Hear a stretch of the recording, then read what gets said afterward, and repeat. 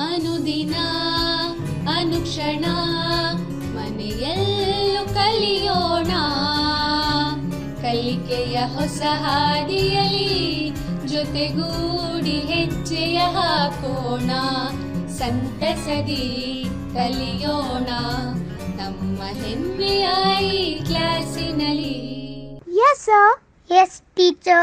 Present ma'am. Hi ಮಕ್ಕಳೇ, ಎಲ್ಲರೂ ಹೇಗಿದ್ದೀರಾ? ಪಾಠ ಕೇಳೋದಕ್ಕೆ ಎಲ್ಲರೂ ಸಿದ್ಧ ಆಗಿದ್ದೀರಾ ಅಲ್ವಾ? ಇನ್ಯಾಕ್ ತಡ, ಪಾಠ ಶುರು ಮಾಡೋಣ.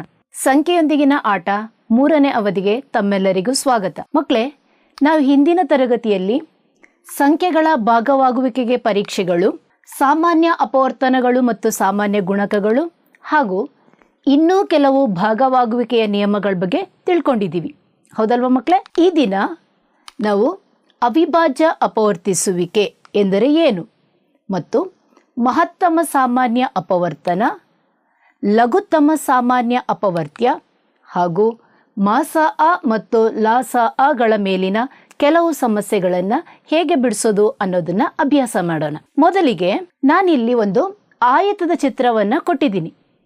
ಇದರ ಉದ್ದ 24 ಮಾನಗಳು, ಅಗಲ 1 ಮಾನ ಇದೆ.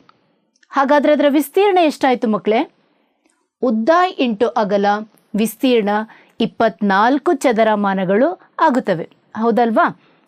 ಈಗ 2ನೇ ಆಯತ ನೋಡಿ. ಇದರ ಉದ್ದ 12 ಮಾನಗಳು, ಅಗಲ 2 ಮಾನಗಳಾಗುತ್ತೆ. ಈಗ ಇದರ ವಿಸ್ತೀರ್ಣ ಏನು?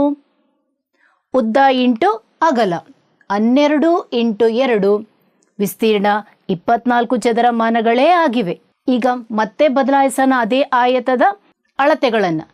ಆಯತದ ಉದ್ದ 8 ಮಾನಗಳು, ಅಗಲ 3 ಮಾನಗಳು. ಈ ಆಯತದ ವಿಸ್ತೀರ್ಣ ಏನಾಗುತ್ತೆ? ಆಯತದ ವಿಸ್ತೀರ್ಣ 8 ಇಂಟು 3 24 ಚದರ ಮಾನಗಳಾಗ್ತಾ ಇದೆ, ಹೌದಲ್ವಾ? ಕೊನೆಯದಾಗಿ ಇನ್ನೊಂದು ಆಯತ ಇದೆ ನೋಡಿ. ಇದರ ಉದ್ದ 6 ಮಾನಗಳು, ಅಗಲ 4 ಮಾನಗಳಾಗಿವೆ. ಇದರ ವಿಸ್ತೀರ್ಣ ಎಷ್ಟಾಗುತ್ತೆ ಮಕ್ಕಳೇ? 6 ಇಂಟು 4 24 ಚದರ ಮಾನಗಳೇ ಆಗಿವೆ, ಹೌದಲ್ವಾ? ಈಗ ಎಲ್ಲ ಆಯತದ ವಿಸ್ತೀರ್ಣವನ್ನು ಒಂದ್ಸಲ ಗಮನಿಸೋಣ. ಮೊದಲನೇ ಆಯತ 24 ಇಂಟು 1 24 ಚದರ ಮಾನಗಳೇ ಆಗಿತ್ತು. ಎರಡನೇದು 12 ಉದ್ದ 2 ಮಾನಗಳು ಅಗಲ ಇದ್ದಾಗ ಆಗಲೂ 24 ಚದರ ಮಾನಗಳು. 8 ಮಾನಗಳು ಉದ್ದ 3 ಮಾನಗಳು ಅಗಲ ಆಗಿದ್ದಾಗನೂ ಆಯತದ ವಿಸ್ತೀರ್ಣ 24 ಚದರ ಮಾನಗಳು. ಕೊನೆಯದಾಗಿ 6 ಮಾನಗಳು ಉದ್ದ 4 ಮಾನಗಳು ಅಗಲ ಆಗಿದ್ದಾಗ ಅದರ ವಿಸ್ತೀರ್ಣ 24 ಚದರ ಮಾನಗಳೇ ಆಗಿವೆ. ಮಕ್ಕಳೇ, ನಾವಿಲ್ಲಿ ಗಮನಿಸಬೇಕಾಗಿರೋ ಅಂಶ ಏನು ಅಂದರೆ, ಇವುಗಳ ಉದ್ದ ಮತ್ತು ಅಗಲಗಳನ್ನು ನೋಡಿ. ಏನು ಗಮನಿಸ್ತಾ ಇದ್ದೀರಾ? ಇವೆಲ್ಲವೂ 24ರ ಅಪವರ್ತನಗಳು, ಹೌದಲ್ವ ಮಕ್ಕಳೇ? ಹಾಗಾದರೆ ಇಲ್ಲಿ 24ಅನ್ನು ಹೇಗೆ ಬರೆಯಲಾಗಿದೆ ಅಂದರೆ, 24ಅನ್ನು ಅವುಗಳ ಅಪವರ್ತನಗಳ ಗುಣಲಬ್ಧವಾಗಿ ಬರೆಯಲಾಗಿದೆ. ಈ ರೀತಿ ಒಂದು ಸಂಖ್ಯೆಯನ್ನು ಅದರ ಅಪವರ್ತನಗಳ ಗುಣಲಬ್ಧವಾಗಿ ಬರೆಯೋದನ್ನು ನಾವು ಗಣಿತದಲ್ಲಿ ಅಪವರ್ತಿಸುವಿಕೆ ಎಂದು ಕರೆಯುತ್ತೇವೆ. ಅಪವರ್ತಿಸುವಿಕೆ ಅಂದರೆ ಏನು ಅಂತ ಅರ್ಥ ಆಯ್ತಲ್ವಾ? ಈಗ ಮತ್ತೊಮ್ಮೆ 24ರ ಅಪವರ್ತನಗಳನ್ನೇ ತೆಗೆದುಕೊಳ್ಳಿ. ಯಾವುದು 24ರ ಅಪವರ್ತನಗಳು? 1, 2, 3, 4, 6, 8, 12 ಮತ್ತು 24. ಇದರಲ್ಲಿ ನಮಗೆ ಗೊತ್ತಿದೆ 2 ಮತ್ತು 3 ಇಂತಹ ಸಂಖ್ಯೆಗಳು. ಕಳೆದ ತರಗತಿಯಲ್ಲಿ ಓದಿದ್ವಿ ಅಲ್ವಾ ಮಕ್ಕಳೇ ನಾವು ಇದನ್ನು? ಓಕೆ, 2 ಮತ್ತು 3 ಅವಿಭಾಜ್ಯ ಸಂಖ್ಯೆಗಳು ಹಾಗೂ 4, 6, 8, 12, 24 ಇವೆಲ್ಲ ಭಾಜ್ಯ ಸಂಖ್ಯೆಗಳಾಗಿವೆ. ಹಾಗಾದರೆ ಯಾವುದೇ ಒಂದು ಸಂಖ್ಯೆಗಳನ್ನು ತಗೊಂಡಾಗ ಅವುಗಳ ಅಪವರ್ತನದಲ್ಲಿ ಭಾಜ್ಯ ಸಂಖ್ಯೆಗಳು ಇರ್ತವೆ ಮತ್ತು ಅವಿಭಾಜ್ಯ ಸಂಖ್ಯೆಗಳು ಕೂಡ ಇವೆ. 24ಅನ್ನು ಅಪವರ್ತನಗಳ ಗುಣಲಬ್ಧವಾಗಿ ಬರೆಯೋಣ. ಯಾವ ಥರ? 2 ಮತ್ತು 12. 12 ಎರಡ್ಲಿ 24. ಇದರಲ್ಲಿ ಅವಿಭಾಜ್ಯ ಸಂಖ್ಯೆ ಯಾವುದು ಮಕ್ಕಳೇ? ಹೌದು, 2 ಅವಿಭಾಜ್ಯ ಸಂಖ್ಯೆ, 12 ಭಾಜ್ಯ ಸಂಖ್ಯೆ ಆಯಿತು. ಹಾಗಾದರೆ 12ನ ಮತ್ತೆ ನಾವು ಅಪವರ್ತಿಸ್ಬೋದಲ್ವಾ? ಹೇಗೆ ಅಪವರ್ತಿಸ್ಬೋದು? 12 ಅಂದರೆ 2 6ಲಿ 12 2 ಮತ್ತು 6 12ರ ಅಪವರ್ತನಗಳಾಗುತ್ತೆ. ಇದರಲ್ಲಿ 2 ಅವಿಭಾಜ್ಯ ಸಂಖ್ಯೆ, 6 ಮತ್ತೆ ಭಾಜ್ಯ ಸಂಖ್ಯೆ ಆಯಿತು. ಅದನ್ನು ಮುಂದುವರಿಸಿದ್ರೆ 2 ಮೂರ್ಲಿ 6, 2 ಮತ್ತು 3 ಇವು ಕೂಡ ಅವಿಭಾಜ್ಯ ಸಂಖ್ಯೆಗಳೇ ಆಗಿವೆ. ಹಾಗಾದರೆ 24ನ್ನು 2 ಇಂಟು 2 ಇಂಟು 2 ಇಂಟು 3 ಇದು 4 ಕೂಡ ಅವಿಭಾಜ್ಯ ಸಂಖ್ಯೆಗಳೇ ಆಗಿವೆ. ಇದು ಯಾವ ಆಕಾರದಲ್ಲಿದೆ ಹೇಳಿ? ಕರೆಕ್ಟಾಗಿ ಹೇಳಿದ್ರಿ, ಇದು ವೃಕ್ಷ ಅಥವಾ ಮರದ ಆಕಾರದಲ್ಲಿರೋದ್ರಿಂದ ಇದನ್ನು ಅಪವರ್ತನ ವೃಕ್ಷ ಎಂದು ಕರೆಯುತ್ತೇವೆ. ಅರ್ಥ ಆಯ್ತಾ ಮಕ್ಕಳೇ? ಫ್ಯಾಕ್ಟರ್ ಟ್ರೀ ಅಥವಾ ಅಪವರ್ತನ ವೃಕ್ಷ ಎಂದು ನಾವು ಇದನ್ನು ಕರಿತೀವಿ. ಈಗ 24ರ ಅವಿಭಾಜ್ಯ ಅಪವರ್ತನಗಳು ಯಾವುದು ಅಂತ ತಿಳ್ಕೊಂಡ್ವಿ. ಈಗ ನೀವೇ ಒಂದು ಲೆಕ್ಕ ಕೊಟ್ಟರೆ ಮಾಡ್ತೀರಾ ಅಲ್ವಾ ಮಕ್ಕಳೇ? ಹಾಗಾದರೆ ಈ ಅಪವರ್ತನ ವೃಕ್ಷವನ್ನು ತುಂಬಿ 90. 90ರ 2 ಅಪವರ್ತನಗಳನ್ನು ಬರೆಯಿರಿ. 10 9ಲಿ 90. ಆದರೆ 10 ಮತ್ತು 9 ಈ ಎರಡೂ ಸಂಖ್ಯೆಗಳು ಕೂಡ ಭಾಜ್ಯ ಸಂಖ್ಯೆಗಳೇ ಆಗಿವೆ. ಅದನ್ನು ಮುಂದುವರಿಸ್ಬೋದು. 10 2 5ಲಿ 10, 9 3 3ಲಿ 9. ಈ 4 ಸಂಖ್ಯೆಗಳನ್ನು ಗಮನಿಸಿ. ಇವೆಲ್ಲ ಎಂಥ ಸಂಖ್ಯೆಗಳಾಗಿವೆ? ಇವೆಲ್ಲವೂ ಕೂಡ ಅವಿಭಾಜ್ಯ ಸಂಖ್ಯೆಗಳೇ ಆಗಿವೆ. ಹಾಗಾದರೆ 90ರ ಅವಿಭಾಜ್ಯ ಅಪವರ್ತನಗಳು 2 ಇಂಟು 3 ಇಂಟು 3 ಇಂಟು 5 ಎಂದು ನಾವು ಬರೆಯಬಹುದು. ಬರಿಬಹುದಲ್ವ ಮಕ್ಕಳೇ? ಭಾಗಾಕಾರ ವಿಧಾನದಿಂದಲೂ ಸಹ ನಾವು ಅವಿಭಾಜ್ಯ ಅಪವರ್ತನಗಳನ್ನು ಕಂಡುಹಿಡಿಯಬಹುದು. ಹೇಗೆ? ಉದಾಹರಣೆಗೆ 608 ತೆಗೆದುಕೊಳ್ಳೋಣ. ಇಲ್ಲಿ ನಾವು ಭಾಗಿಸಬೇಕಾದ್ರೆ ತೆಗೆದುಕೊಳ್ಳುವಂತಹ ಎಲ್ಲ ಅಂಕಿಗಳು ಕೂಡ ಅವಿಭಾಜ್ಯ ಸಂಖ್ಯೆಗಳೇ ಆಗಿರಬೇಕು. 608 ಬಿಡಿ ಸ್ಥಾನವನ್ನು ಗಮನಿಸಿದ್ರೆ ಸಮ ಸಂಖ್ಯೆ ಇದೆ. ಹಾಗಾದರೆ ನಾವು ಮೊದಲು ಯಾವ ಸಂಖ್ಯೆಯಿಂದ ಭಾಗಿಸ್ಬೇಕು ಹೇಳಿ? 2ರಿಂದ ಭಾಗಿಸ್ಬೇಕು. 2ರಿಂದ ಭಾಗಿಸಿ. 2 3ಲಿ 6, 2 0ಗೆ 0, 2 4ಲಿ 8. ಇನ್ನು 608 2ರಿಂದ ಭಾಗಿಸಿದಾಗ 304 ಬರುತ್ತದೆ. 304 ಮತ್ತೆ ಸಮ ಸಂಖ್ಯೆ. ಅದನ್ನು 2ರಿಂದಾನೇ ಭಾಗಿಸ್ಬೇಕು. ಭಾಗಿಸೋಣ. 2 1ಲಿ 2 5ಲಿ 10, 2 2ಲಿ 4, 152 ಬಂತು. ಸಮ ಸಂಖ್ಯೆ. ಮುಂದುವರಿಸಿದ್ರೆ 2ರಿಂದ ಭಾಗಿಸ್ಬೇಕಾಗುತ್ತೆ. 2ರಿಂದ 2 7ಲಿ 14, 1 ಶೇಷ ಉಳಿಯೋದ್ರಿಂದ 12 ಆಗುತ್ತೆ ಮಕ್ಕಳೇ. 2 6ಲಿ 12. 76ನ ಯಾವ ಸಂಖ್ಯೆಯಿಂದ ಭಾಗಿಸ್ಬೋದು? 2. 2 3ಲಿ 6, 1 ಶೇಷ ಉಳಿದಾಗ 16 ಆಗುತ್ತೆ. 2 8ಲಿ 16. 38 ಕೂಡ ಸಮ ಸಂಖ್ಯೆ. 2ರಿಂದನೇ ಭಾಗಿಸ್ತೀನಿ. 2 1ಲಿ 2, 2 9ಲಿ 18. 19 ಯಾವ ಸಂಖ್ಯೆಯಿಂದ ಭಾಗ ಆಗುತ್ತೆ? ಸರಿಯಾಗಿ ಹೇಳ್ತಿದ್ದೀರಾ. 19 ಅವಿಭಾಜ್ಯ ಸಂಖ್ಯೆ ಅಲ್ವಾ ಮಿಸ್ ಅಂತ? ಹೌದು. 19ನ್ನು 19 1ಲಿ 19 ಅಂತ ಬರೀಬಹುದು.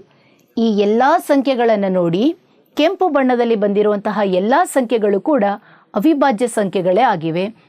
608 ನಾವು 2 ಗುಣಿಸು 2 ಗುಣಿಸು 2 ಗುಣಿಸು 2 ಗುಣಿಸು 2 ಗುಣಿಸು 19 ಎಂದು ಬರೆಯಬಹುದು. ಇವು 608ರ ಅವಿಭಾಜ್ಯ ಅಪವರ್ತನಗಳಾಗಿವೆ. ಅರ್ಥ ಆಗಿದೆಯಾ ಮಕ್ಕಳೇ? ಮುಂದೆ ಒಂದು ಪ್ರಶ್ನೆ ನಿಮಗೆ. ನಾನು ಯಾರು ಅಂತ ಒಂದು ಸಂಖ್ಯೆ ನಿಮ್ಮನ್ನು ಕೇಳ್ತಾ ಇದೆ. ನಾನು ಯಾರು ಅಂತ ನೀವು ಕಂಡುಹಿಡಿತೀರದು ಯಾರು ಅಂತ? ಪ್ರಶ್ನೆ ಏನು? ನಾನು 4 ಭಿನ್ನ ಅವಿಭಾಜ್ಯ ಅಪವರ್ತನಗಳು ಇರುವಂತಹ ಅತ್ಯಂತ ಚಿಕ್ಕ ಸಂಖ್ಯೆ ಆಗಿದ್ದೇನೆ. ನಾನು ಯಾರು? 4 ಬೇರೆ ಬೇರೆ ಅವಿಭಾಜ್ಯ ಅಪವರ್ತನಗಳನ್ನ ತೆಗೆದುಕೊಳ್ಳಿ. ಅದರ ಗುಣಲಬ್ಧವನ್ನು ಕಂಡುಹಿಡಿಯಿರಿ. ಉತ್ತರ ಹೊಳಿತಾ ಇದೆಯಾ?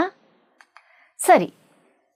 4 ಭಿನ್ನ ಭಿನ್ನ ಅವಿಭಾಜ್ಯ ಸಂಖ್ಯೆಗಳು ಅಂದರೆ 2 ಇಂಟು 3 ಇಂಟು 5 ಇಂಟು 7. ಇವುಗಳ ಗುಣಲಬ್ಧವೇ ಆ ಸಂಖ್ಯೆ. ಗುಣಲಬ್ಧ ಎಷ್ಟು ಬಂತು ಮಕ್ಕಳೇ? 210. ಇದರ ಉತ್ತರ 210 ಆಗಿದೆ. ಮುಂದೆ ಮಹತ್ತಮ ಸಾಮಾನ್ಯ ಅಪವರ್ತನಗಳು. ಇದನ್ನು ಚಿಕ್ಕದಾಗಿ ಹೇಳ್ಬೇಕಾದ್ರೆ ಮ ಸ ಅ ಅಂತ ಕರಿತೀವಿ.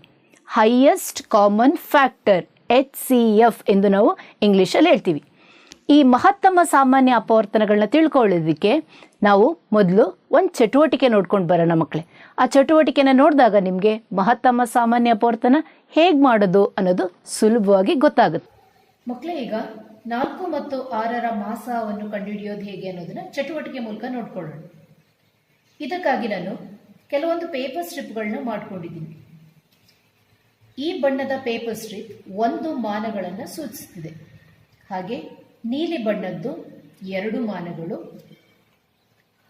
3 ಮಾನಗಳು, 4, 5 ಮತ್ತು ಇದು 6 ಮಾನಗಳನ್ನು ಸೂಚಿಸುತ್ತದೆ.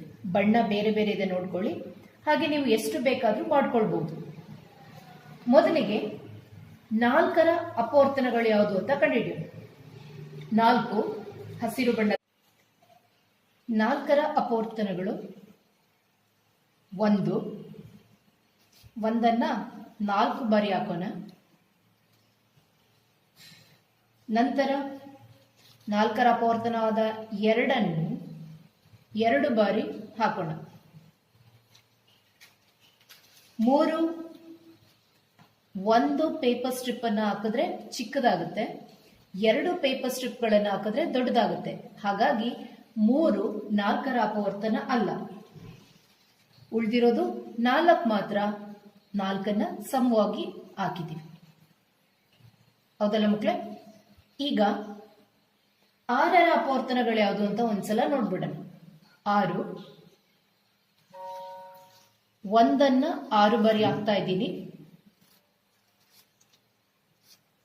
4, 5 ಮತ್ತು 6. ಈಗ 2. ಎಷ್ಟು 2ಗಳನ್ನು ಹಾಕಬೇಕು? ಒಟ್ಟು 3 2ಗಳನ್ನು ಹಾಕಬೇಕಾಗಿದೆ.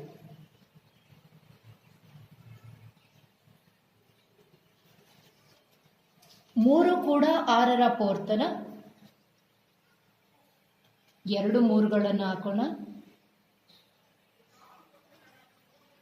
4 1 ಹಾಕಿದ್ರೆ ಚಿಕ್ಕದಾಗುತ್ತೆ, 2 ಹಾಕಿದ್ರೆ ದೊಡ್ಡದಾಗುತ್ತಲ್ಲ ಮಕ್ಕಳೇ? ಹಾಗೆ 5 ಕೂಡ 1 5ನ್ನು ಹಾಕಿದ್ರೆ ಚಿಕ್ಕದಾಗುತ್ತೆ, 2 ದೊಡ್ಡದಾಗುತ್ತೆ. 4 ಮತ್ತು 5 6ರ ಅಪವರ್ತನ ಅಲ್ಲ. 6 6ರ ಅಪವರ್ತನ ಆಗಿದೆ. ಈ 2ರಲ್ಲೂ ಗಮನಿಸಿ, ಸಾಮಾನ್ಯವಾಗಿರುವ ಅಪವರ್ತನಗಳು ಯಾವುದು? ಯಾವ ಬಣ್ಣದ ಪೇಪರ್ ಸ್ಟ್ರಿಪ್ಗಳು 2ರಲ್ಲಿಯೂ ಇದೆ? ಇದು 1 ಮತ್ತು 2. ಈ 2ರಲ್ಲಿ ಮಹತ್ತಮವಾದುದು ಅಂದ್ರೆ ದೊಡ್ಡದಾಗಿರುವಂಥದ್ದು ನೀಲಿ ಬಣ್ಣದ್ದು ಅಂದ್ರೆ 2. ಹಾಗಾಗಿ 2ನ್ನು 4 ಮತ್ತು 6ರ ಮಾಸ ಎಂದು ಕರೆಯಬಹುದು. ಚಟುವಟಿಕೆ ನೋಡ್ಕೊಂಡು ಬಂದ್ರಿ ಅಲ್ಲ? ಈಗ ಮಾಸ ಕಂಡುಹಿಡಿಯಬೇಕಾದ್ರೆ ದತ್ತ 2 ಅಥವಾ ಹೆಚ್ಚು ಸಂಖ್ಯೆಗಳ ಮಹತ್ತಮ ಸಾಮಾನ್ಯ ಅಪವರ್ತನವು ಆ ಸಂಖ್ಯೆಗಳ ಸಾಮಾನ್ಯ ಅಪವರ್ತನಗಳಲ್ಲಿ ಅತ್ಯಂತ ದೊಡ್ಡದು ಅಂದ್ರೆ ಮಹತ್ತಮವಾದುದು. ಎಲ್ಲ ಸಾಮಾನ್ಯ ಅಪವರ್ತನಗಳಲ್ಲಿ ಯಾವುದು ದೊಡ್ಡದಿದೆಯೋ ಅದನ್ನು ನಾವು ಮಹತ್ತಮ ಸಾಮಾನ್ಯ ಅಪವರ್ತನ ಎಂದು ಕರೆಯುತ್ತೇವೆ. ಈಗ ಇನ್ನೊಂದು ಪ್ರಶ್ನೆ ಮಾಡೋಣ ಮಕ್ಕಳೇ. 12, 16 ಮತ್ತು 28ರ ಮಸವನ್ನು ಕಂಡುಹಿಡಿಯೋದು ಹೇಗೆ ಅಂತ ಒಂದು ಚಟುವಟಿಕೆ ನೋಡ್ಕೊಂಡು ಬರೋಣವಾ ಮಕ್ಕಳೇ? 12, 16, 28ರ ಮಾಸವನ್ನು ಕಂಡುಹಿಡಿಯೋದಕ್ಕೆ ಒಂದು ಚಟುವಟಿಕೆ ಮಾಡ್ತಾ ಇದ್ದೀವಿ. ಇದರಲ್ಲಿ 1ರಿಂದ 100ರವರೆಗಿನ ಒಂದು ನಂಬರ್ ಚಾರ್ಟ್ನ ತಗೊಳ್ಳೋಣ. ಹಾಗೆ 3 ಬೇರೆ ಬೇರೆ ರೀತಿಯ ಬಿಂದಿಗಳನ್ನು ತೆಗೆದುಕೊಂಡಿದ್ದೀನಿ.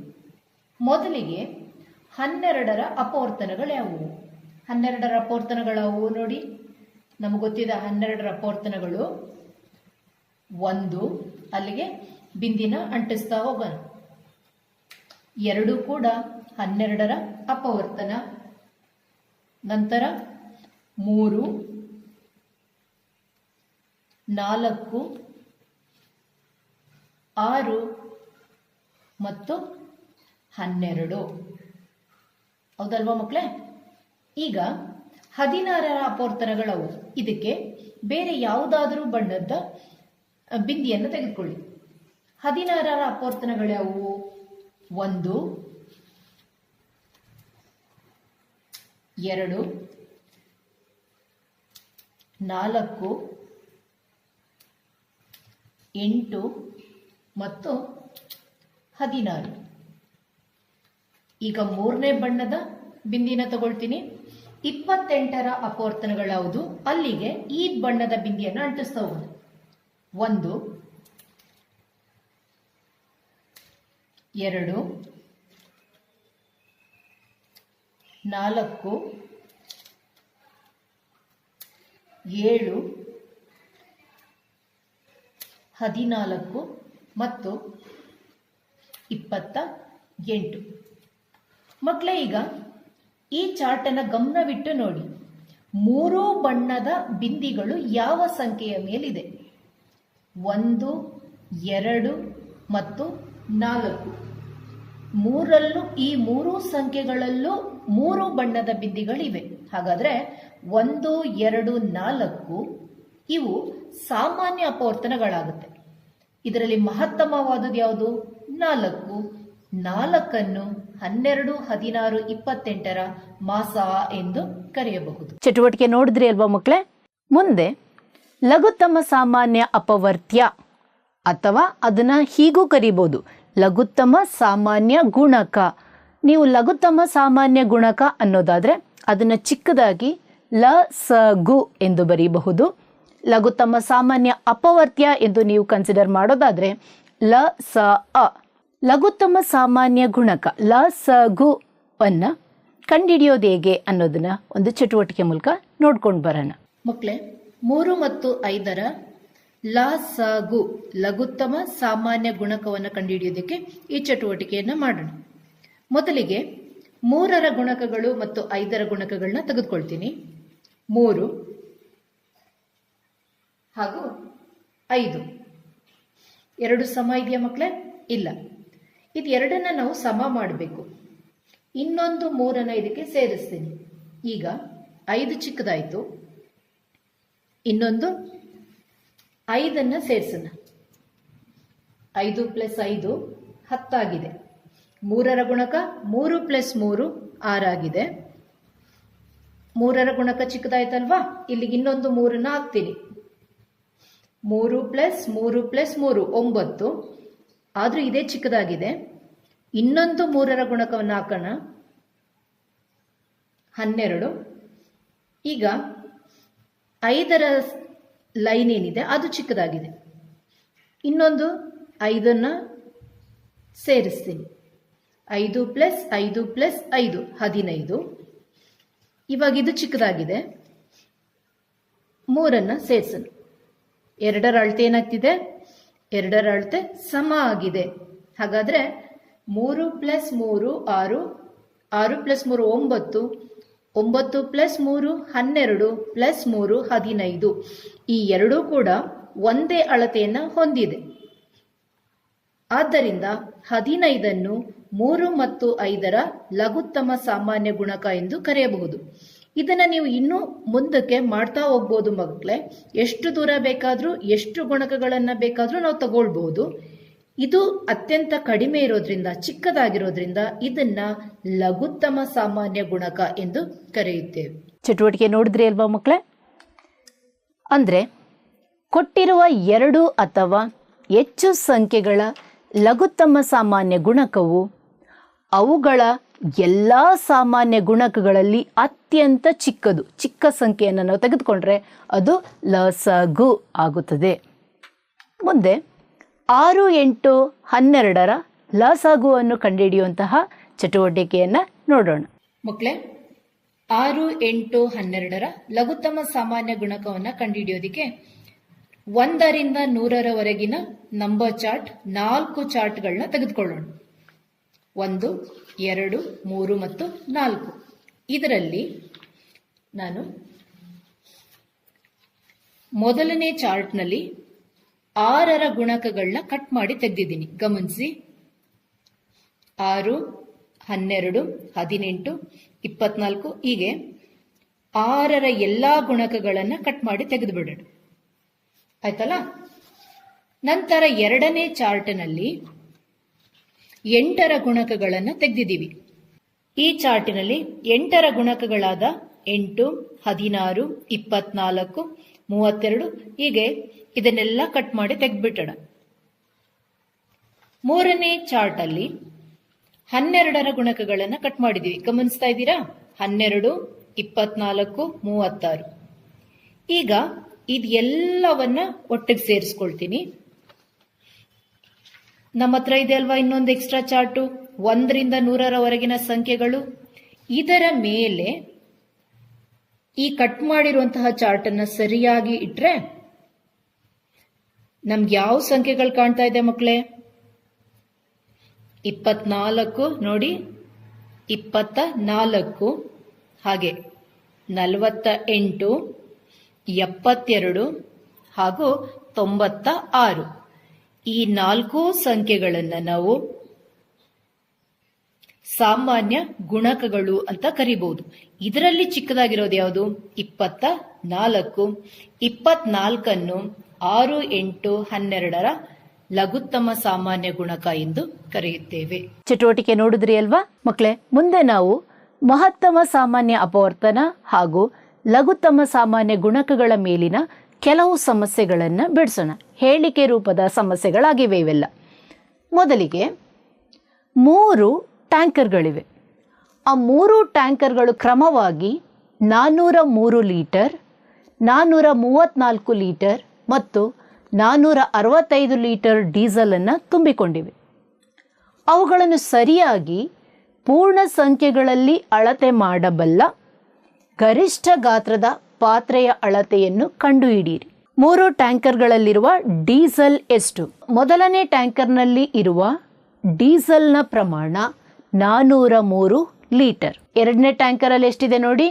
ಎರಡನೇ ಟ್ಯಾಂಕರಲ್ಲಿ 434 ಲೀಟರ್ ಇದೆ. ಹಾಗೆ 3ನೇ ಟ್ಯಾಂಕರ್ನಲ್ಲಿ ಇರುವಂತಹ ಡೀಸೆಲ್ನ ಪ್ರಮಾಣ 465 ಲೀಟರ್ ಆಗುತ್ತದೆ. ಈಗ ನಾವು ಈ 3 ಟ್ಯಾಂಕರ್ಗಳಲ್ಲಿರುವಂತಹ ಡೀಸೆಲ್ ಅನ್ನು ಅಳತೆ ಮಾಡಬಲ್ಲಂತಹ ಗರಿಷ್ಠ ಗಾತ್ರದ ಪಾತ್ರೆಯ ಅಳತೆ ಅಂದರೆ ಮಸ ಎಷ್ಟು ಎಂಬುದನ್ನು ನಾವೀಗ ಕಂಡುಹಿಡಿಬೇಕು. 403ರ ಅಪವರ್ತಿಸುವಿಕೆಯನ್ನು ಮಾಡಿ. 403 13ರಿಂದ ಭಾಗ ಆಗ್ತಿದೆ. 13 3ಲಿ 39, 10ರ ಸ್ಥಾನದಲ್ಲಿ 1 ಇದೆ, 3 13 ಆಗುತ್ತೆ. 13 1ಲಿ 13. 31 ಎಂತಹ ಸಂಖ್ಯೆ? ಅವಿಭಾಜ್ಯ ಸಂಖ್ಯೆ. 31 1ಲಿ 31. ಈ ಎರಡೂ ಸಂಖ್ಯೆಗಳು ಸಹ ಅವಿಭಾಜ್ಯ ಸಂಖ್ಯೆಗಳೇ ಆಗಿವೆ. 403ಅನ್ನು 13 × 31 ಆಗಿ ನಾವು ಬರೆಯಬಹುದು. ಎರಡನೇದು 434 ಸಮ ಸಂಖ್ಯೆ ಆಯಿತು. ಹಾಗಾಗಿ 2ನ್ನೇ ತೆಗೆದುಕೊಳ್ಬೇಕು. 2 2ಲಿ 4, 2 1ಲಿ 2, 14 ಆಗಿದೆ. 2 7ಲಿ 14. ಈಗ 2ರಿಂದ ಮಾಡ್ಬೋದಾ? ಮಾಡೋದಕ್ಕಾಗೋದಿಲ್ಲ. ಹಾಗಾದರೆ ಮುಂದೆ 7ಅನ್ನು ತೆಗೆದುಕೊಳ್ತೀನಿ. 7 3ಲಿ 21, 7 1ಲಿ 7.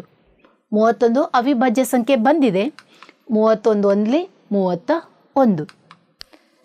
434ರ ಅವಿಭಾಜ್ಯ ಅಪವರ್ತನೆಗಳು 2 × 7 × 31. ಕೊನೆ ಟ್ಯಾಂಕರಲ್ಲಿರುವಂತಹ ಡೀಸೆಲ್ನ ಪ್ರಮಾಣವನ್ನು ತೆಗೆದುಕೊಳ್ಳಿ. 465. 2ರಿಂದ ಭಾಗ ಆಗೋದಿಲ್ಲ, ಹೌದಲ್ಲ ಮಕ್ಕಳೇ? ಈಗ ನೋಡಿ ಇನ್ಯಾವ ಸಂಖ್ಯೆಯಿಂದ ಆಗ್ಬೋದು? ಮೊತ್ತ ಚೆಕ್ ಮಾಡಿ. 4 + 6 10, 10 + 5 15. 15 3ರ ಗುಣಕ. ಹಾಗಿದ್ಮೇಲೆ 465 3ರಿಂದ ನಿಶ್ಶೇಷವಾಗಿ ಭಾಗ ಆಗಲೇಬೇಕು. 3 1ಲಿ 3, 15, 3 5ಲಿ 15, ಮತ್ತೆ 15 ಆದರೆ 3 5ಲಿ 15 ಆಗುತ್ತೆ. 5ರಿಂದ ತಗೊಳ್ಳೋಣ. ಬಿಡಿ ಸ್ಥಾನದಲ್ಲಿ 5 ಇದೆ. 5 3ಲಿ 15, 5 1ಲಿ 5, 31 1ಲಿ 31. 465ರ ಅವಿಭಾಜ್ಯಗಳ ಅಪವರ್ತನಗಳು ಯಾವುವು? 3 5 31. ಈಗಾಗಲೇ ಗಮನಿಸ್ತಾ ಇರ್ತಾರೆ ಜಾಣು ಮಕ್ಕಳು. ಯಾವುದು ಸಾಮಾನ್ಯವಾಗಿರುವಂಥದ್ದು? 31 ಸಾಮಾನ್ಯವಾಗಿದೆ. ಹಾಗಾದರೆ ಬೇಕಾಗಿರುವ ಅಳತೆ ಪಾತ್ರೆಯ ಗರಿಷ್ಠ ಗಾತ್ರ 1 ಲೀಟರ್ಗಳು ಆಗಿವೆ. 31 ಲೀಟರ್ ಅಳತೆಯ ಪಾತ್ರೆಯಿಂದ 3 ಟ್ಯಾಂಕರ್ಗಳಲ್ಲಿರುವಂತಹ ಡೀಸೆಲನ್ನು ನಾವು ಸುಲಭವಾಗಿ ಯಾವುದೇ ರೀತಿಯ ಶೇಷ ಉಳಿಯೋದಂತೆ ನಾವು ಅಳತೆ ಮಾಡಬಹುದು. ಮಕ್ಕಳ ಮುಂದಿನ ಸಮಸ್ಯೆ, 3 ಹುಡುಗರು ಒಂದೇ ಸ್ಥಳದಿಂದ ಜೊತೆಯಾಗಿ ಹೆಜ್ಜೆ ಹಾಕುತ್ತಾ ಸಾಗುತ್ತಾರೆ. ಅವರ ಹೆಜ್ಜೆಯ ಅಳತೆಗಳು ಕ್ರಮವಾಗಿ 63 ಸೆಂಟಿಮೀಟರ್, 70 ಸೆಂಟಿಮೀಟರ್ ಮತ್ತು 77 ಸೆಂಟಿಮೀಟರ್ ಇವೆ. ಪ್ರತಿಯೊಬ್ಬರು ಸಮಾನ ದೂರವನ್ನು ಪೂರ್ಣ ಹೆಜ್ಜೆಗಳನ್ನು ಹಾಕಿ ಕ್ರಮಿಸಬೇಕಾದರೆ ಅವರು ಕ್ರಮಿಸುವ ಕನಿಷ್ಠ ದೂರವನ್ನು ಕಂಡುಹಿಡಿಯಿರಿ. ಇಲ್ಲಿ ನೋಡಿ ಮಕ್ಕಳೇ, ಈ 3 ಮಕ್ಕಳು ನಡೀತಾ ಇದ್ದಾರೆ. ಆದರೆ ಅವರ ಹೆಜ್ಜೆಯ ಅಳತೆಗಳೇನಾಗಿದೆ? ಬದಲಾಗಿದೆ. ಮೊದಲ ಹುಡುಗನ ಹೆಜ್ಜೆಯ ಅಳತೆ 63 ಸೆಂಟಿಮೀಟರ್, ಪುಟ್ ಹೆಜ್ಜೆ ಹಾಕೊಂಡು ಹೋಗ್ತಿದ್ದಾರೆ. ಎರಡನೇ ಹುಡುಗನ ಹೆಜ್ಜೆಯ ಅಳತೆ 70 ಸೆಂಟಿಮೀಟರ್, ಅವನಿಗಿಂತ ಸ್ವಲ್ಪ ದೊಡ್ಡದಾಗಿದೆ. ಮೂರನೇ ಹುಡುಗನ ಹೆಜ್ಜೆಯ ಅಳತೆ 77 ಸೆಂಟಿಮೀಟರ್ ಆಗಿದೆ. ಹಾಗಾದರೆ ಇವರು 3 ಜನರು ಕ್ರಮಿಸುವ ದೂರವನ್ನು ನಾವು ಕಂಡುಹಿಡಿಬೇಕು. ಏನು ಕಂಡುಹಿಡಿಬೇಕು? ಕನಿಷ್ಠ ದೂರ ಅಂತ ತಿಳ್ಕೊಂಡ್ವಿ ಅಲ್ವಾ? ಹಾಗಿದ್ರೆ ಲಸಗು ಎಷ್ಟು? ಲಘುತ್ತಮ ಸಾಮಾನ್ಯ ಗುಣಕವನ್ನು ನಾವಿಲ್ಲಿ ಲೆಕ್ಕ ಹಾಕಬೇಕಾಗಿದೆ. ಸ್ಟಾರ್ಟ್ ಮಾಡಿದ್ರೆ ಮಕ್ಕಳೇ, ಕಂಡುಹಿಡಿಯೋಣ.